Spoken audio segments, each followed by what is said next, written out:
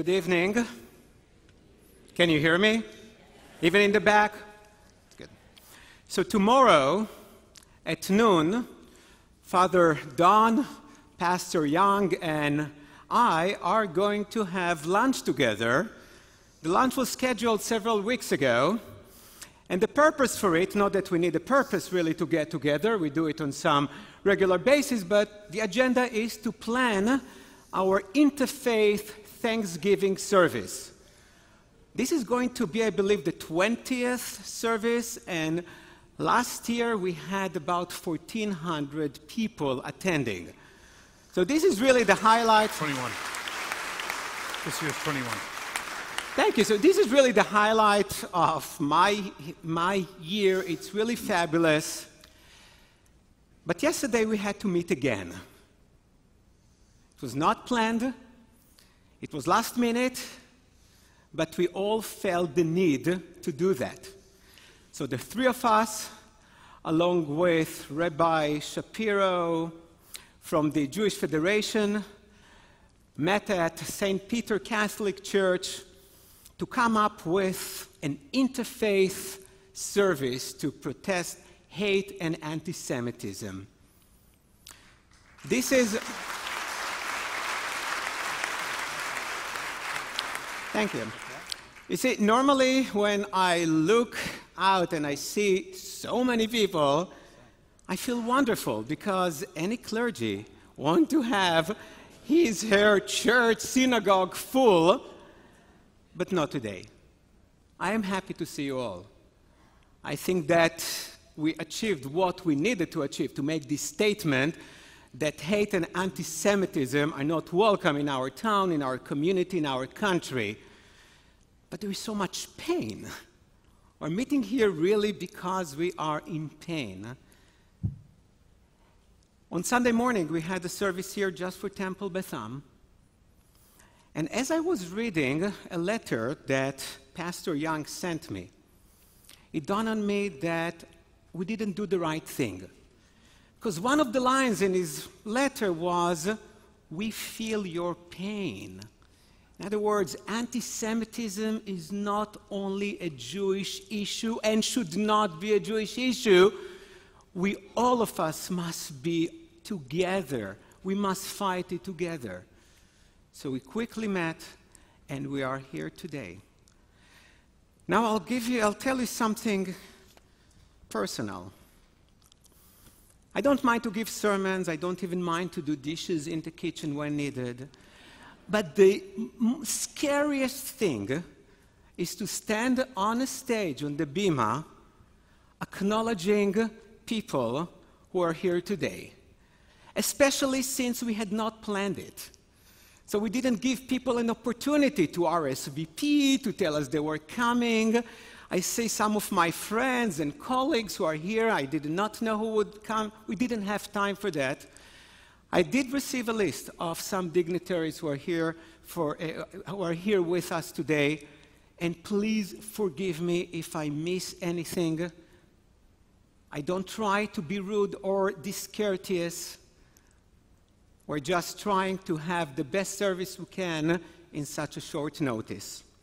So, with us today here, we have from Palm Beach Garden Council members, we have Matt Lane, Rochelle Litt, Mark Marciano, Carl Woods. We have the mayor of Palm Beach Gardens, Mayor Maria Marino. We have councilman from Jupiter, Ilan Kaufer.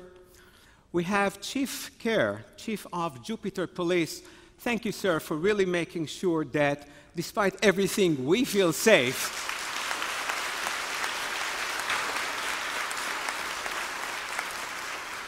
We have Josephine Gunn from the Jewish Federation. If there are clergy here in the room, would you please rise?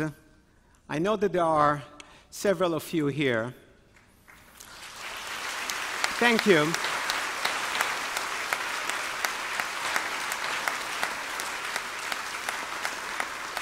Thank you all.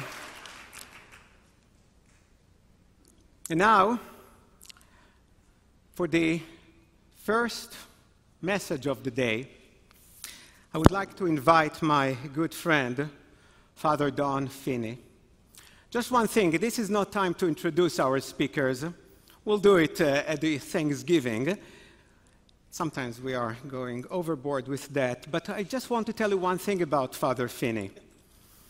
Last April, when we had our Yom HaShoah, our Holocaust Remembrance Day, we had a large event here, and the keynote speaker was Father Don. Father Don has his master's in Jewish history and Holocaust studies. Father Don is a really good, supportive friend of the Jewish community. Father Don fights against hate, discriminations, and he really believes in the need to open up our arms to everyone who wants to be part of our communities. Father Don, again, it's a wonderful pleasure, and thank you for your long friendship.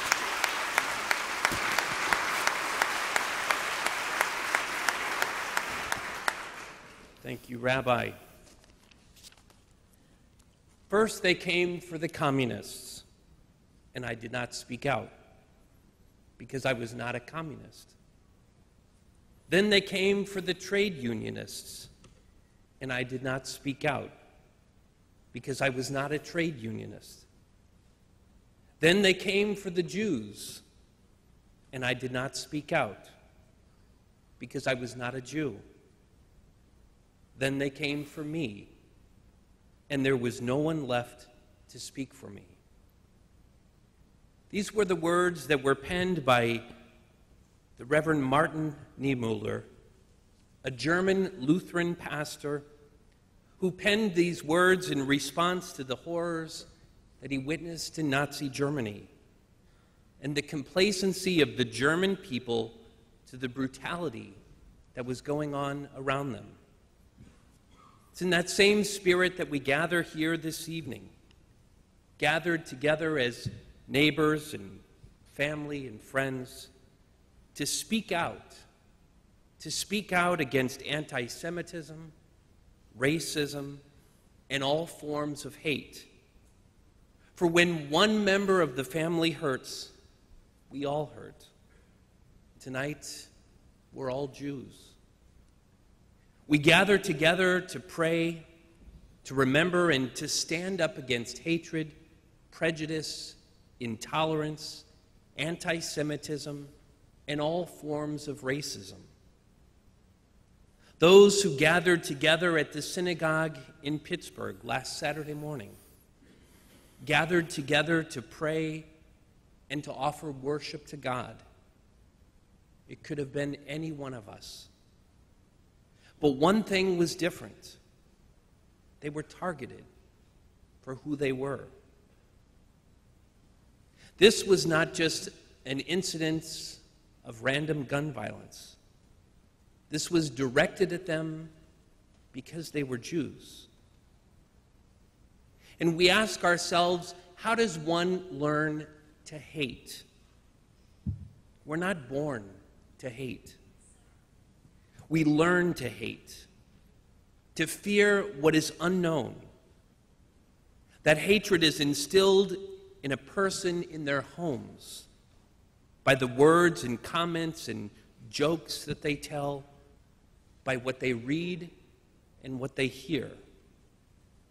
That hatred is fed by evil images and words that dehumanize a group so that they're no longer a part of us, but become a member of them. Fear, hate, anger, and intolerance are all ingredients in the recipe that leads to violence and death. But there's a different way, a way to combat hatred. That's the way of love. To see someone of a different race or nationality or religion or culture, not as someone to be feared, but to see the person as a fellow human being and a fellow friend. When we learn about one another and each other's customs and culture and religious beliefs, they stop being the other and become another. Another member of our family, another person who deserves respect and dignity, another member in our circle of friends. We all have the obligation to call out hate when we see it, to not fall victim to slogans and phrases and chants that try to separate us into factions.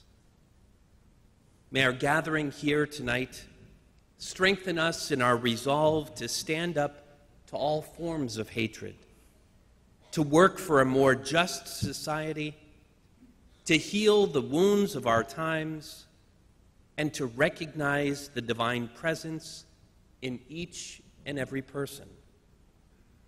We pray for those who have died, for their families mourning their loss, and for ourselves, for the courage to carry on to build a society of peace, understanding, and love. May those who have died, may their memory be a blessing.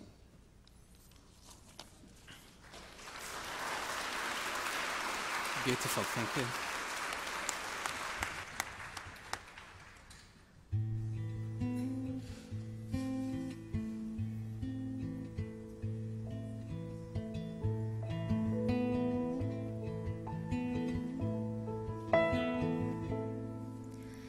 Hello, darkness, my old friend. I've come to talk to you again, because a vision softly creeping left its seeds while I was sleeping. In the vision that was planted in my brain,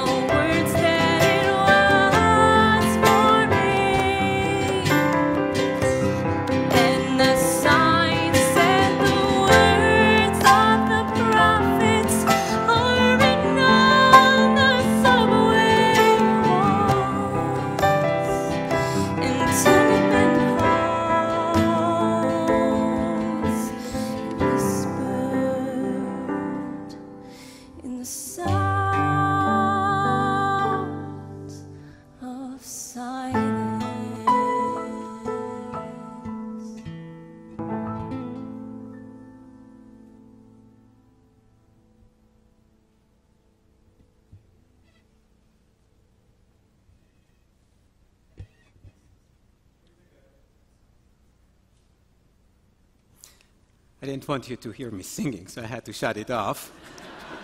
A few years ago, I went to a meeting at the church about something that is not related to any big services.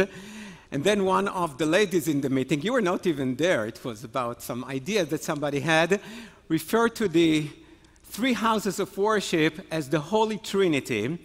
And then she said, "Oh, Rabbi, I'm so sorry, I didn't try to offend you." I said, "No, you didn't offend me. I take it as a compliment." But tonight, I'm very happy to have our fourth partner, the Jewish Federation of Palm Beach, who joined us because we need as many partners as possible to fight hate and anti-Semitism. So it's an honor now to invite Josephine Gahn, Vice President of Jewish Community Relations Council at the Jewish Federation.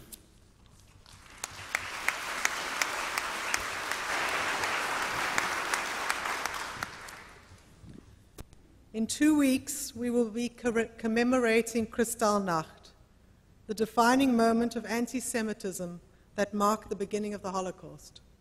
Today, 80 years later, we are once again mourning the loss of people whose only crime was that they were Jews. They were 11 souls who, by all accounts, represented everything that is good and decent about humanity. Anti-Semitism is on the rise. In Europe, you can identify synagogues by the fact that the military is guarding the gate. And of course, here in America, we all know what happened in Pittsburgh over the weekend.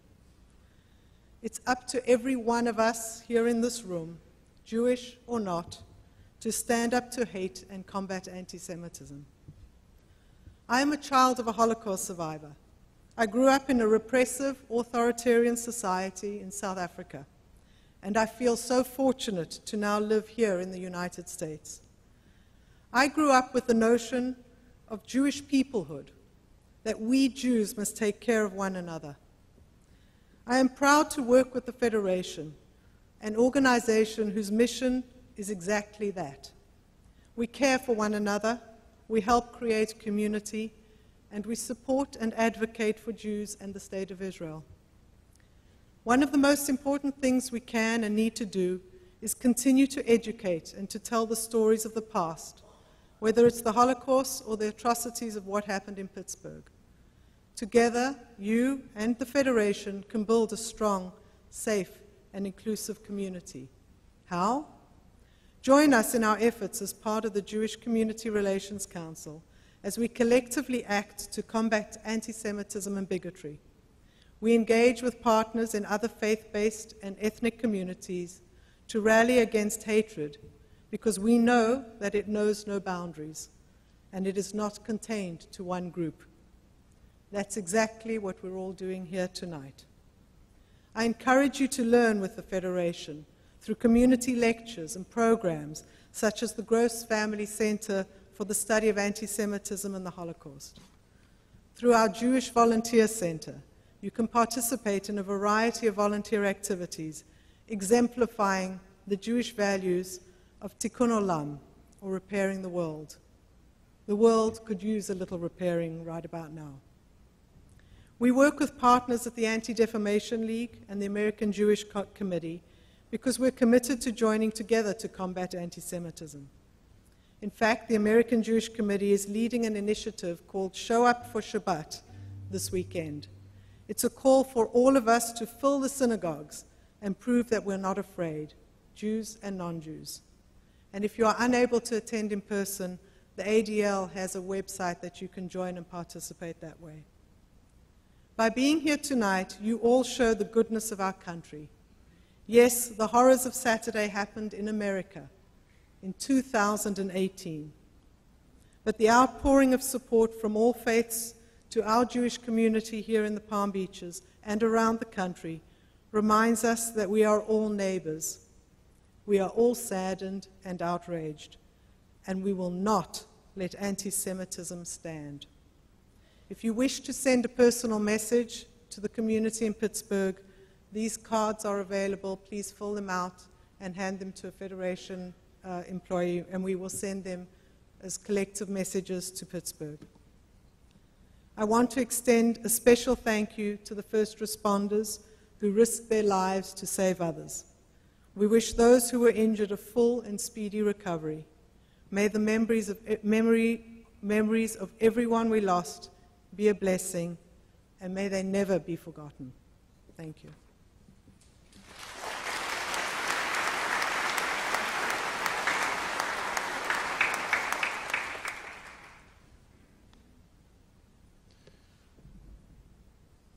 So like many of my colleagues, I spent the last few days reading all of the words that clergy from across the country and across the world have shared.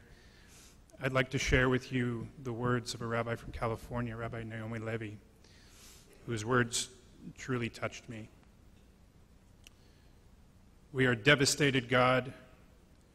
Our hearts are breaking. In this time of shock and mourning, the loss is overwhelming. Send comfort and strength, God, to grieving family members. Send healing to the injured. Send strength and wisdom to their doctors and nurses. Bless the courageous police officers who risked their lives to protect innocent lives. Shield us from despair, God. Ease our pain. Let our fears give way to hope. Lead us to join together as a nation to put an end to anti-Semitism, an end to hatred, an end to gun violence. Teach us, God, to honor the souls we have lost by raising our hands and voices together in the cause of peace, because Torah is a tree of life, and all its paths are peaceful. Work through us, God. Turn our helplessness into action.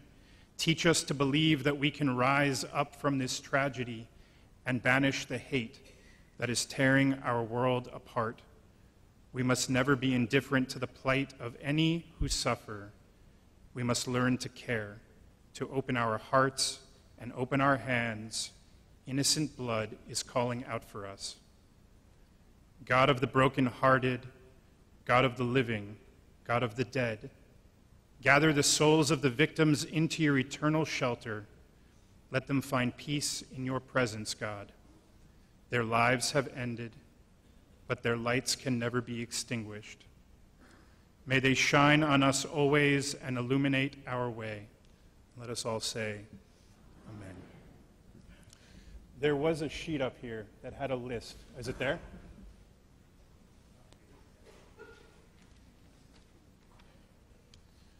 I'd like to invite up several people now as we light a candle in remembrance of those who lost their lives on Saturday.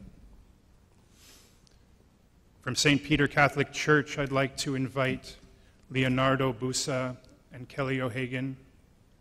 From the Jewish Federation of the Palm Beaches, I'd like to invite Yael Hirschfeld, Rabbi Golan Ben-Chorin, Rabbi Moshe Cheplowitz. From JupiterFIRST Church, Reverend Chip Jerskis and Mark Dryden.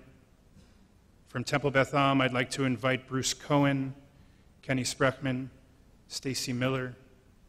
And from the town of Jupiter, I'd like to invite Chief Daniel Kerr. If you'd please come up and light the candle.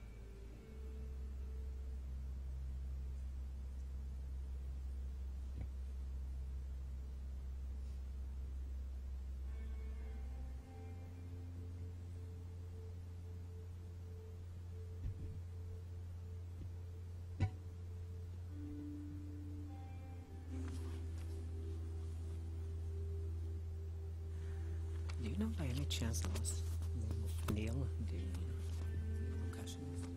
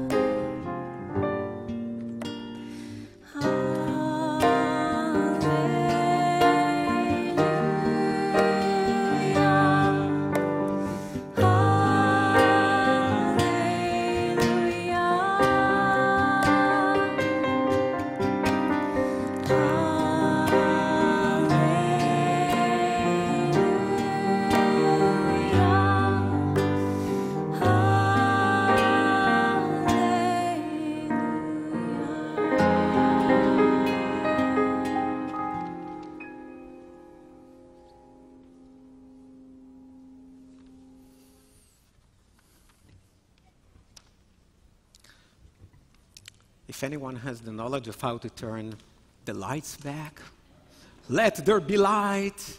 Now, it was done before much more successfully than now. Oh well, we'll have these romantic feelings for a little bit longer. Now this beautiful, oh, thank you. This beautiful music was not done by itself. We have several people here who again got together in the last minute, but they all know each other, love each other, and enjoy working with each other to come up with this music, beautiful music. So we have, I saw David, oh, you're on the piano now. David Cohen from JupiterFIRST, Gonzalo Gonzalez from St. Peter, Neil, a friend of all of us. I know that I really appreciate that you were able to come. He's the best percussionist in the whole world, probably. And of course, we have our own Brett Tanser and Marcy Morris. Thank you very, very much.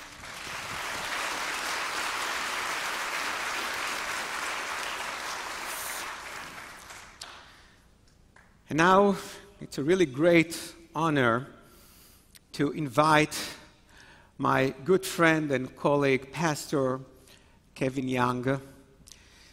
You see, when I heard that JupiterFIRST was hiring a new pastor, I was nervous. Now, because Dr. Johnson has been there probably when Moses received the Torah on Sinai, and more or less, right? And you know, it's always scary to have a new colleague. But then when I first met him, I felt like I met my twin brother. We look the same. We have the same hairstyle, the same height. No, but we clicked really quickly. We became really close friends.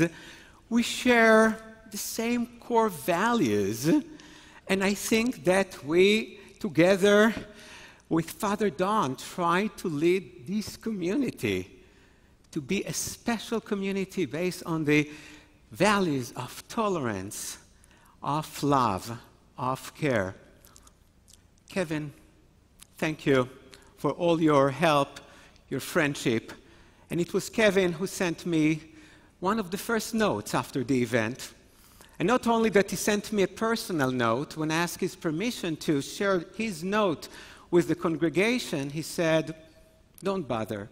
I want to write a long letter to your congregation. They're really important to me. The Jewish people are really important to me." Kevin, I'm so happy you're here.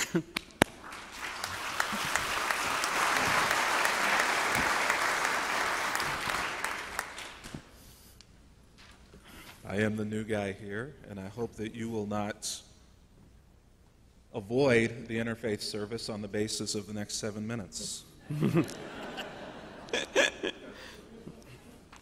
Being the new guy, I thought it would be appropriate for me to give you a short introduction. My name is Kevin, and I was born on the opening day of deer season in the year that Elvis died. My father took both of those events very badly. He loved Elvis, but his true love was hunting. As such, firearms were as much a member of our family as my sister and I were for as long as I can remember. Guns hung over the mantle, in the window of the pickup truck, and often around my father's waist. Dad spent a lot of time teaching my sister and I to love and respect firearms.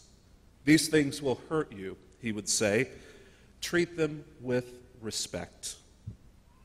And so we did. And we still do. What he did not spend much time teaching us, though, was how to love and respect other people. And that's not to be unexpected. Where I grew up, everyone was white, everyone was middle class, everyone was from there, everyone was Christian, everyone was Republican, everyone was heterosexual, and not necessarily in that order.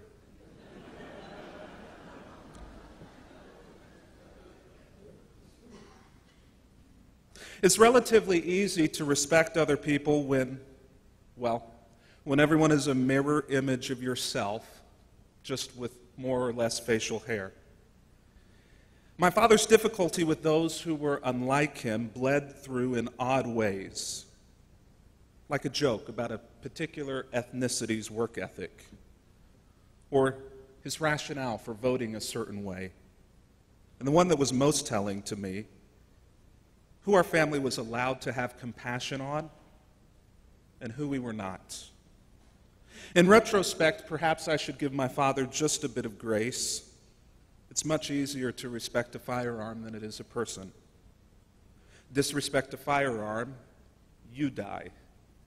Disrespect a person, they die. It's easy to quantify the value of a gun. It's much more difficult to quantify the full value of a person.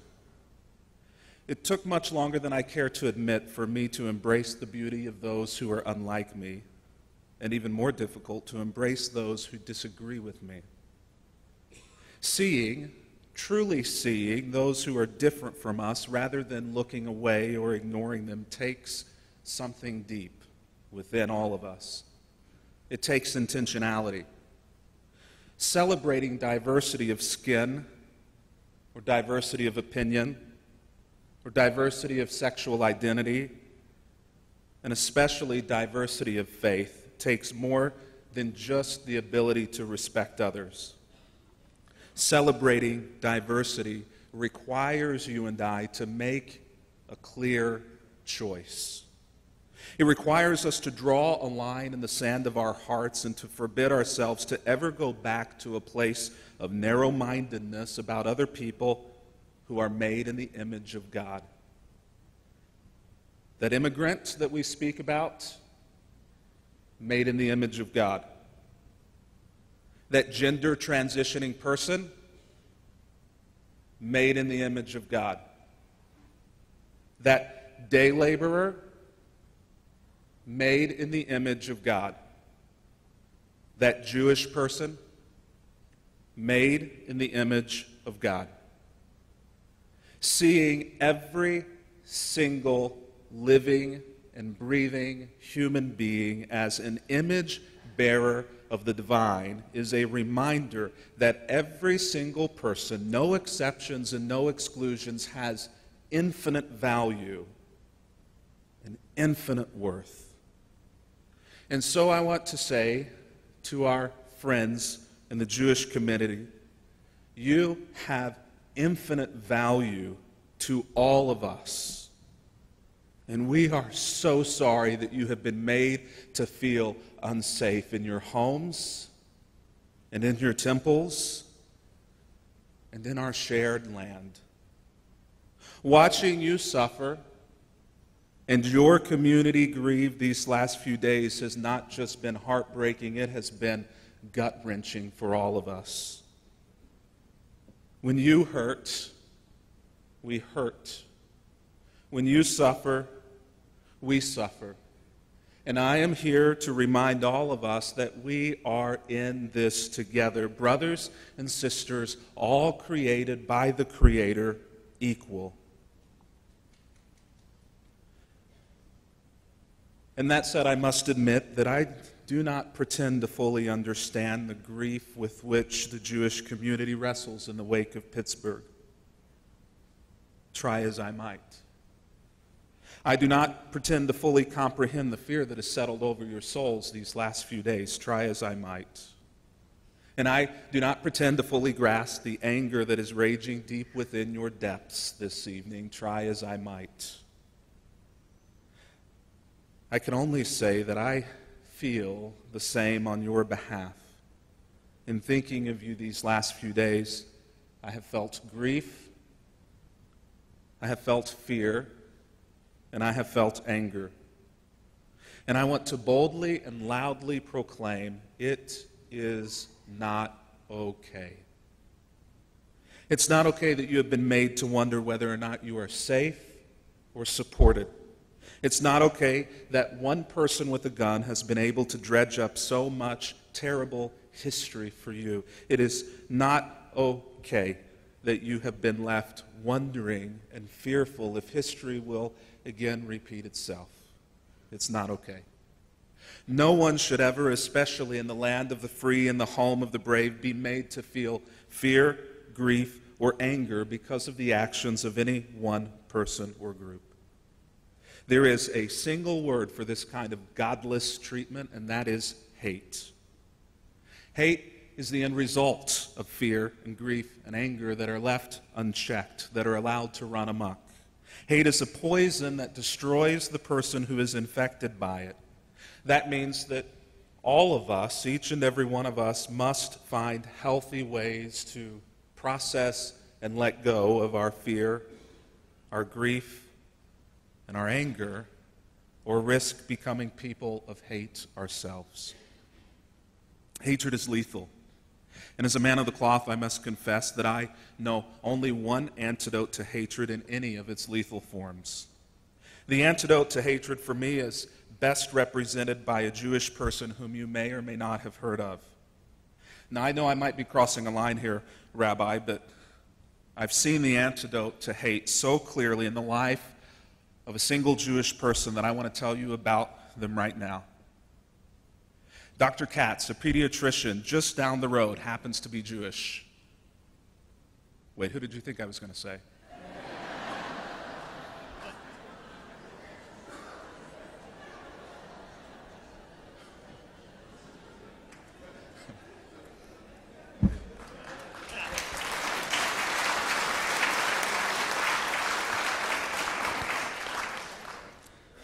Dr. Katz is a pediatrician just down the road who just so happens to be Jewish.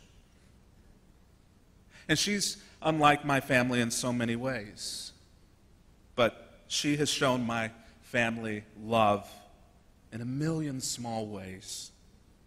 She could have seen my skin color or my religious faith and devalued me. She could have said, they're white, he's a man, they're Christian, he and his family are not worth my time or my help. But because she looked beyond our differences and had a willingness to do so, she has quite literally saved the life of my child through her gifts. Another Jewish doctor just up the road from her has helped me get control of a particularly nasty autoimmune disease that I suffer with. Gally has done more than just teach my family how to masterfully cook desserts and show hospitality. She's allowed us to cry on her shoulder through our most difficult moments here these last few years, and in a way that only she can, continues to say, "Ah, get over it, that's nothing." Alon has shown me strength and wisdom and resilience and friendship, and there are so many other Jewish godsends in this community to my family, to my church, and to this community. I want every Jewish person within the sound of my voice to hear this clearly. This community is a better place for your presence in it.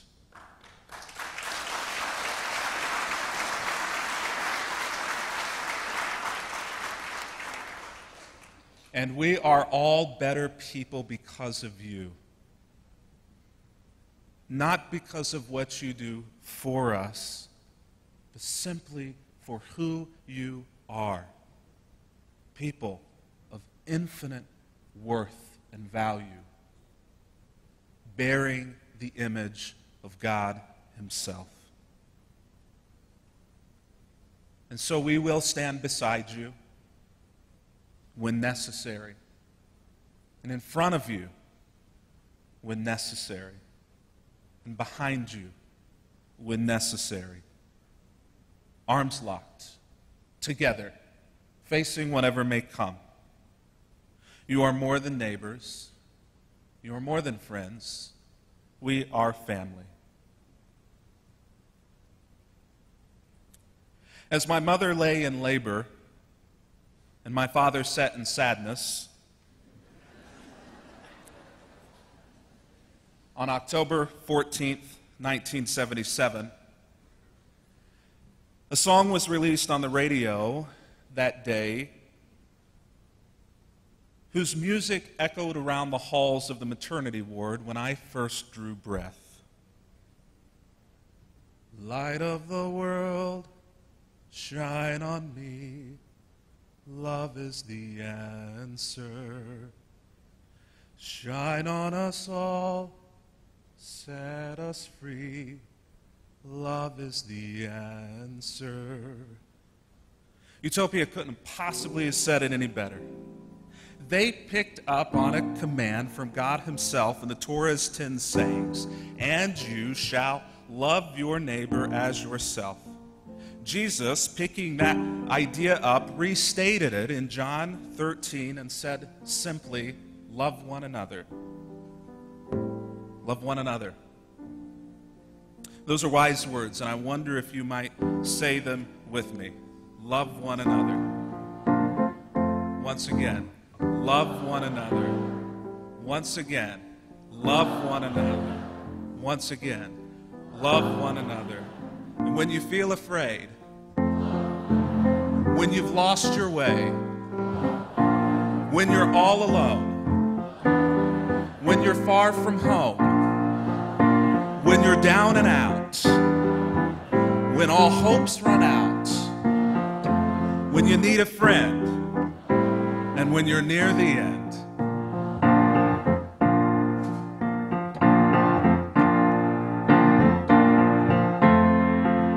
Light of the world, shine on me. Love is the answer. Shine on us all, set us free. Love is the answer. Light of the world, shine on me. Love is the answer. Shine on us all, set us free. Love is the answer. Father Wesler Hilaire.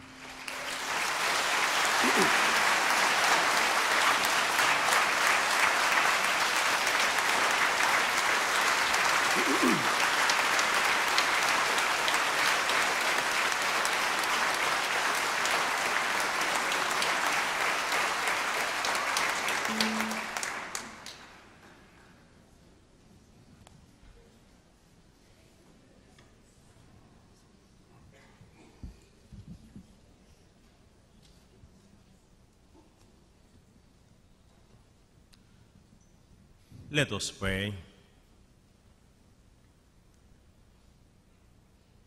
O Lord our God, in your mercy and kindness, no thought of ours is left unnoticed, no desire or concern ignored.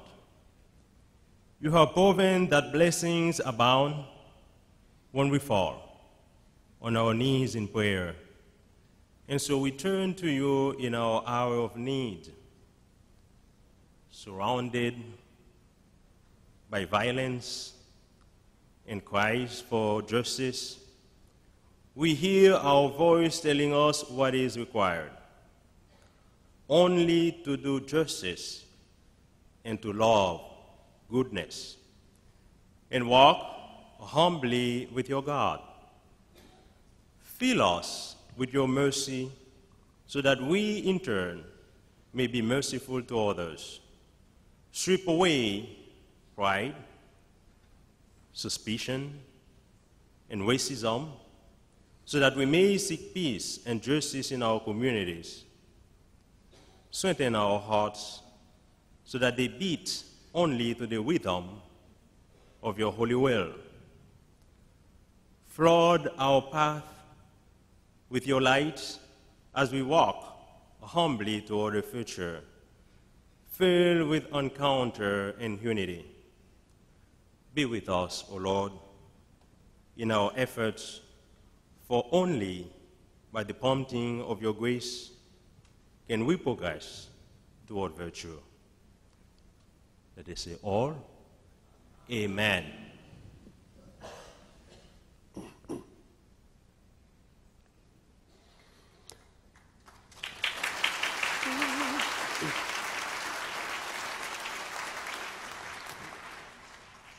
Would you know my name if I saw you in heaven?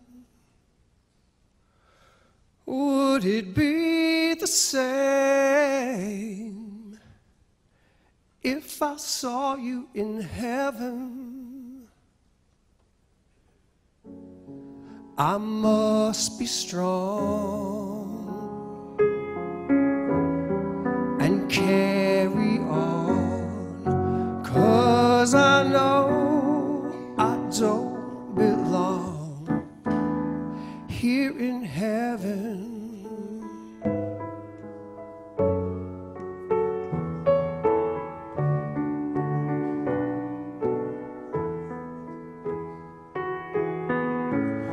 Would you hold my hand if I saw you in heaven? Would you help me stand if I saw you in heaven? I'll find my way through night and day, 'cause I know I just can't stay here in heaven.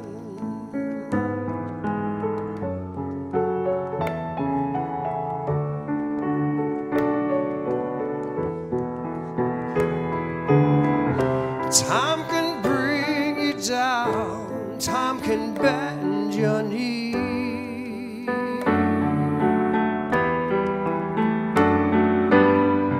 Time can break your heart, have you beg and please, beg and please.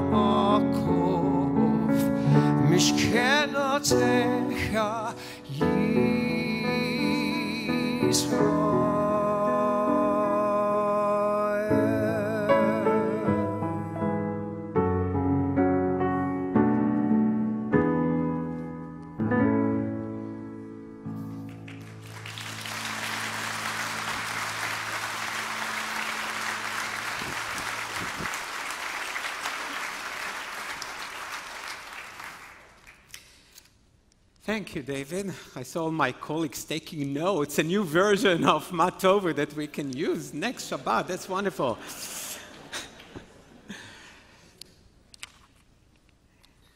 So as many of you know, I never write down my sermons. I don't use notes.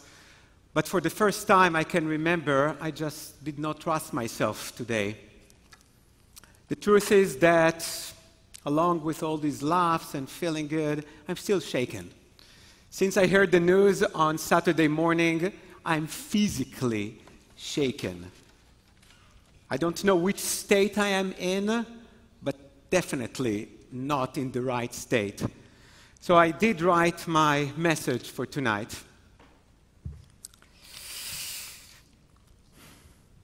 A few weeks ago, I officiated at the funeral of an 84-year-old man, Sigmund Rothenberg. Sigmund had the unfortunate luck to be born in 1934 in Berlin to a Jewish family. When he was 8, his parents did the unthinkable, ultimate selfless act and brought him and his brother Wolfgang to a church in Belgium, asking the priest to take care of their children until they would come back to collect them, when things calm down. They never did. The priest, Father Celis, knew that by saying yes to the request of the Rothenbergs, he was seriously risking his own life, but it didn't stop him and his housekeeper, Marie, from taking the boys in and raising them as their own. They changed the boys' names, taught them how to live and pray like devout Catholics.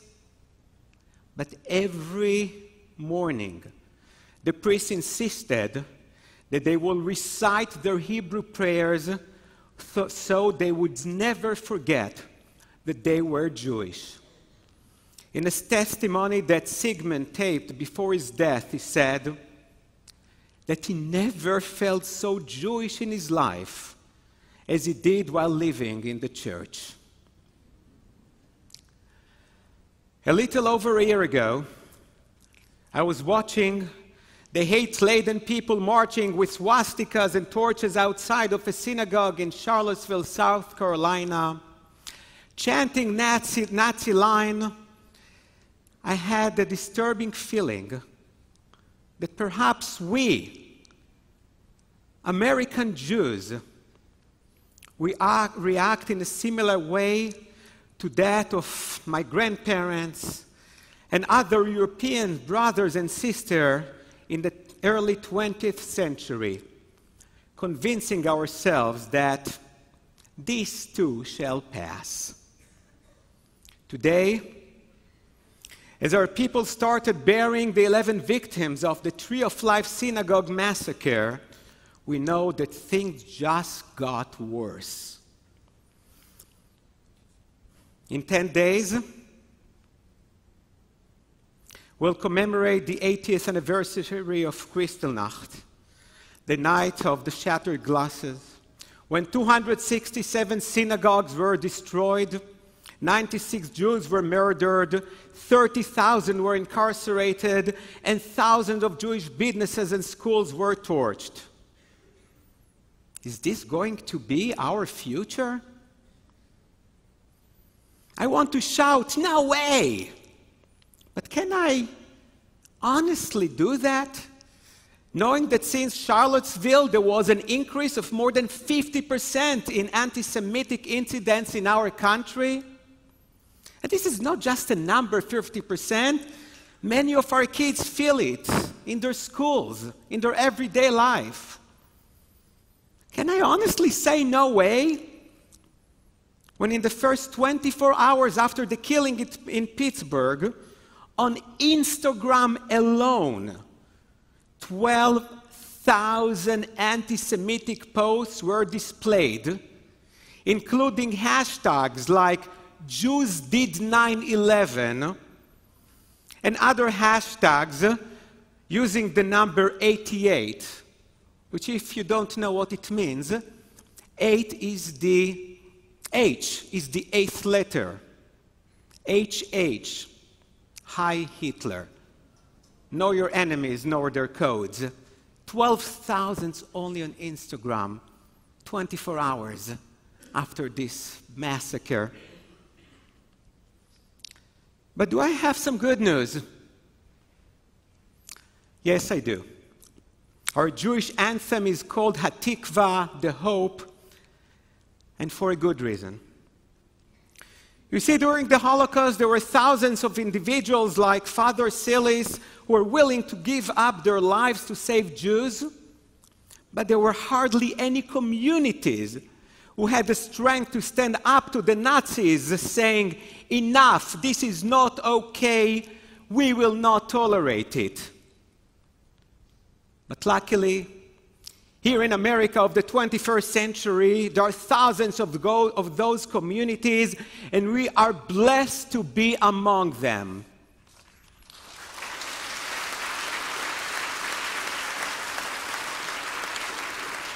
We are a community showing the world that the real America is as we stand together against hate. Our real America is the America of the police officers who ran straight into the line of fire to save as many worshipers as they could. Our real America is the one that money and other resources were sent to the Jewish community in Pittsburgh to help them to rebuild what hate destroyed. The Muslim community alone, who endures its own share of hate, raised over $150,000.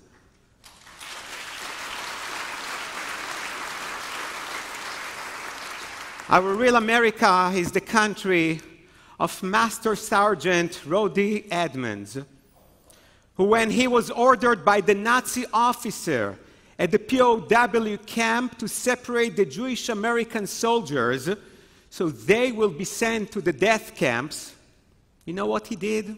He ordered more than 1,000 of his captive soldiers to step forward with him as he pronounced, "We are all Jews." This is our America. If there's one thing we need to learn from history, is that when Jews are attacked, other groups will soon fall victims to hatred. And it also works in reverse.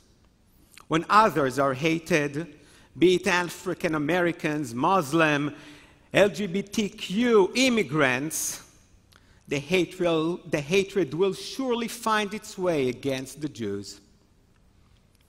My friend, we live in the greatest country with the greatest people. But as few drops of ink muddle a pool of pure water, a small group of bigots and racists who spread hate wherever they go muddle the soul of our society.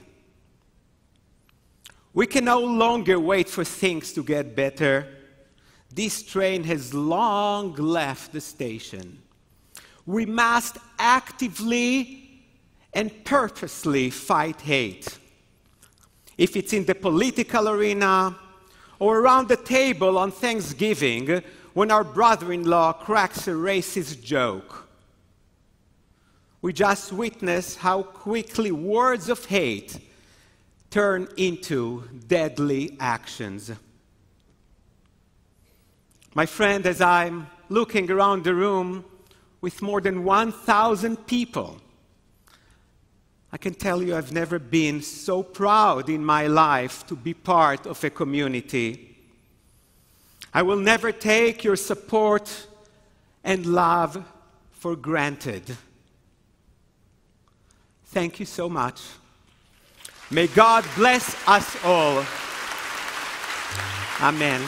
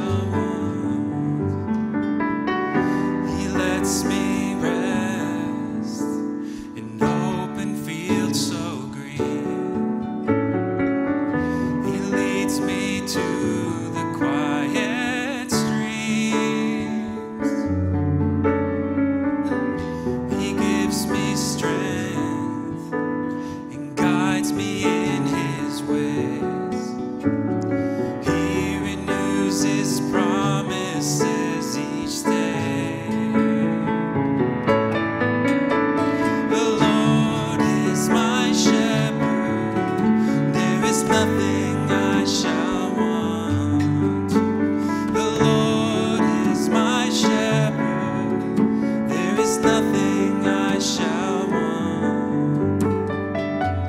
He is my guide, my shepherd and my king, and in my fear he offers peace. Though I walk through the valley, I will not be afraid. You will protect me, I'll be safe. The Lord is my shepherd, there is nothing I shall want. The Lord is my shepherd, there is nothing I shall want.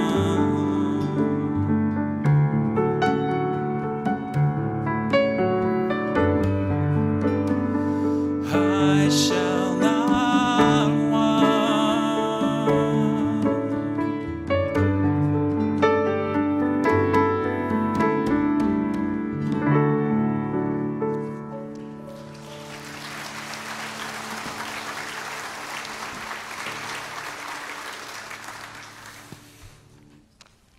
We're going to conclude this vigil, this service, with the ancient words of the Kaddish, of the mourner's prayer.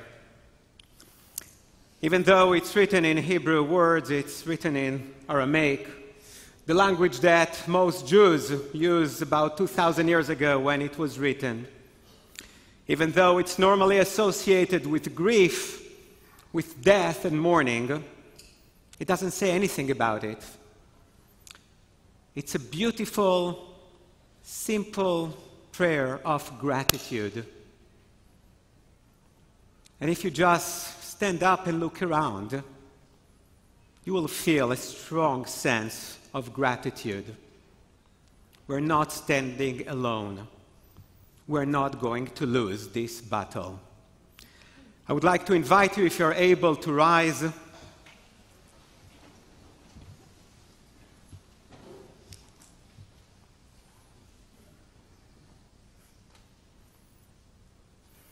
יתגדל ויתקדש שמי רבה, בעלמא דברה חירותי וימליך מלכותי, בחייכון וביומכון ובחיי דכל בית ישראל, בעגלה ובזמן קריב ואמרו אמן. יהי שמי רבה מבורך לעולם ולעולמי עולמיה, יתברך וישתבח ויתפאר ויתרומם ויתנשא ויתהדר ויתעלה ויתהלל שמי דקודשא בריחו לעילה מן כל ברכתה ושירתה תושבחתה ונחמתה דאמירן בעלמא ואמרו אמן. היי שלמה רבה מן שמיה וחיים עלינו ועל כל ישראל ואמרו אמן. עושה שלום במרומיו, הוא יעשה שלום עלינו ועל כל ישראל ואמרו אמן.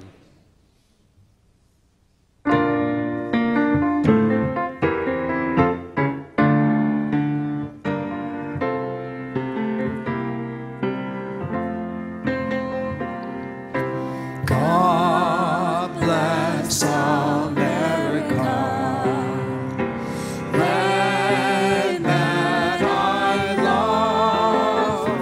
Stand beside her and guide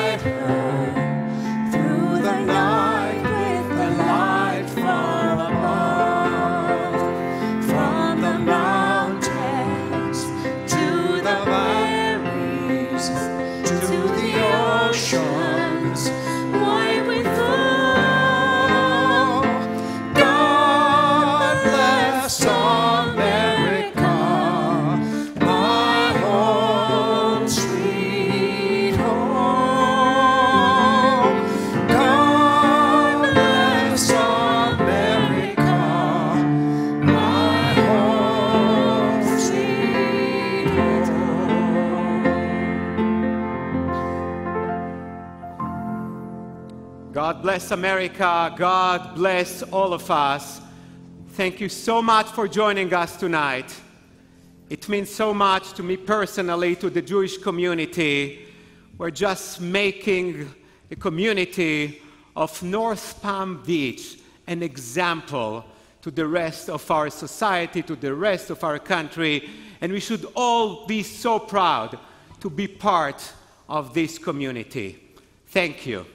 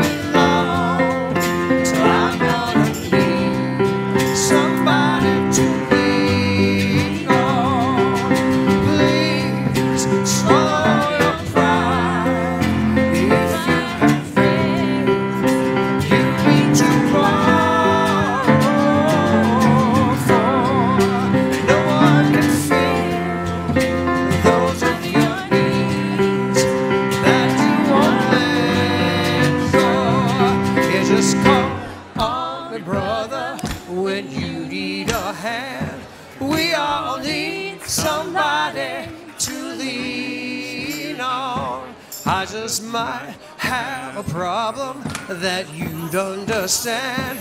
We all need somebody to lean on me when you're not strong.